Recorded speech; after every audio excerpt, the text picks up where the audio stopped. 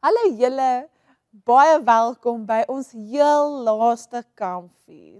Dis vir my met 'n swaar hart wat ek na julle toe kom om vir julle te sê, hierdie is ons heel laaste kampvuur.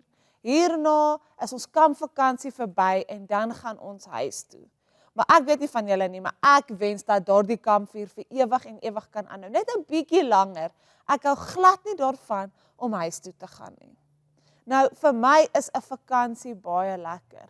Maar wanneer jou kampvakansie verby is daar een ding, een heel laaste ding wat jy 100% doodseker van moet wees. En dit is nie om seker te maak jy het alles opgepak nie, al is dit belangrik, en seker te maak jy het niks in die badkamer gelos, of by die swembad vergeet, of by 'n maatjie vergeet nie, want jy sien hulle 10 teen 1 nie weer nie. Maar die heel laaste ding wat jy moet doen wanneer jy 'n kampvakansie gehad het, is om seker te maak jou kampvuur is geblus. Want as daar nou 'n woeste wind kom of ietsie gebeur en daai kampvuur is nie mooi uitgeblus nie, dan sal daai hele vlammetjie weer vlam vat en jy kan die hele kampplek afbrand.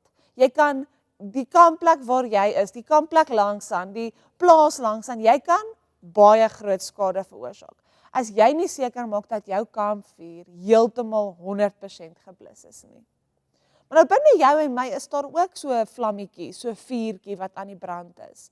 En ek weet nie of julle weet nie, maar ons noem dit die Heilige Gees. Nou ons sin kan nie geblus word nie. Ons vlammetjie is helder, warm, aan die brand vir die Here. En die meer tyd ek en jy saam met die Here spandeer, die meer is hierdie vlammetjie aan die brand. En dit is een vlammetjie wat ek en jy nie wil hê moet blus nie. Hy mag die ander mense aan die brand steek. Ons wil hê dat ons vlammetjie moet ander mense lewendig maak vir die Here. Ons wil hê ons vlammetjie moet hulle inspireer om die Here te leer ken en by die Here uit te kom. En so vind ek onsself waar ons nou is, waar ons Handelinge 2 gaan lees, vanaf vers 1. En dit gaan net oor hoe die Heilige Gees gekom het en hoe die mense verbaas is en hulle lewens verander het as gevolg van die Heilige Gees. Lees saam met my. Op Pinksterdag, 7 weke na Jesus se opstanding, was al die gelowiges op een plek saam. Skielik was daar in die lug bokant hulle 'n geluid soos van 'n geweldige stormwind, en dit het die hele huis gevul waar hulle bymekaar was. Tonge wat gelyk het soos individuele vuurvlamme, het toe tussen hulle verskyn en op elkeen van hulle gaan sit. Almal is toe met die Heilige Gees vervul, en soos die Gees vir hulle die vermoë gegee het hulle in ander tale begin praat. Daar het toegewyde Jode uit al die nasies onder die son in Jerusalem gewoon. Die geluid van die stormwind en die stemme het 'n groot skare daar laat saamkom. Hulle was uit die veld geslaan, omdat elkeen die gelowiges in hulle eie taal hoor praat het. Hulle was heeltemal uit die veld geslaan. Hoe is dit moontlik, het hulle uitgeroep. Almal wat hier praat is Galileërs, en tog hoor ons hulle in ons moedertaal praat. Ek gaan net tot daar lees, want wat ons verder lees, is dat daar so baie verskillende mense is. Maar daardie Jode, die disippels van die Here, waar die Heilige Gees opkom val het, en toe hulle gevul het in al daai tale begin praat. Hulle het Portugees, hulle het Chinees, hulle het Mandarin, hulle het Japanees, hulle het 'n klomp tale begin praat. Tale wat hulle nog nooit van tevore gepraat het nie. En die mense in die dorp was verbaas. Hulle het die Jode nooit daardie tale hoor praat nie. Hulle is dan glad nie van daardie lande af nie.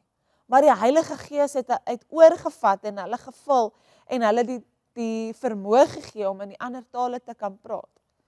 Nou wanneer ek en jy gevul is met die Heilige Gees, wat elke dag is, beteken dit ek en jy het die krag en die vermoë om ander te kan help, te kan inspireer. Ek en jy, wanneer ons moeg voel en nie lus is vir mense nie, die Heilige Gees kan vir ons krag gee om nog steeds lus te wees vir mense.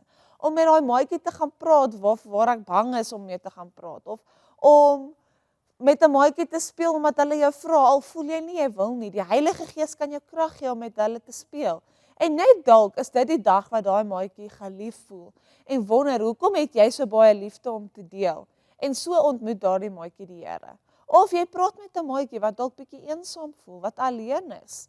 En nou praat jy met hulle en daardie dag weet hulle het gebid dat iemand met hulle kom praat. Nou weet hulle die Here is waar want jy was gehoorsaam en jy het deur die Heilige Gees met hulle gaan praat.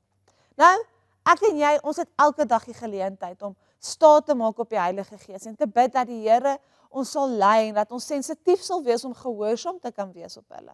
So daai vlammetjie wat jy binne jou het om die regte ding te doen, om op te staan vir die maatjies wat nie kan nie, vir hulle self opstaan nie, of om net te gaan en jou beste te gee in alles wat jy doen. Daardie vlam binne jou, dit is 'n passie wat die Here vir jou gegee het. Dit is die Heilige Gees binne jou. En ek en jy hoef net staat te maak op hom. So hierdie week gaan wees gehoorsaam aan die Here. Gaan maak staat op daardie vlammetjie. En dan sien ons jou weer aan die einde of aan die begin van volgende kwartaal. Hierdie is ons heel laaste les vir die kwartaal. Ons sien julle weer volgende kwartaal. Julle moet 'n lekker vakansie hê en maak staat op daardie Heilige Gees om vir jou die energie en krag te gee om die dinge te doen selfs wat jy nie wil nie. Soos om jou kamer aan die kant te maak soos mamma jou al baie lank vra. Sien julle volgende kwartaal. Bye.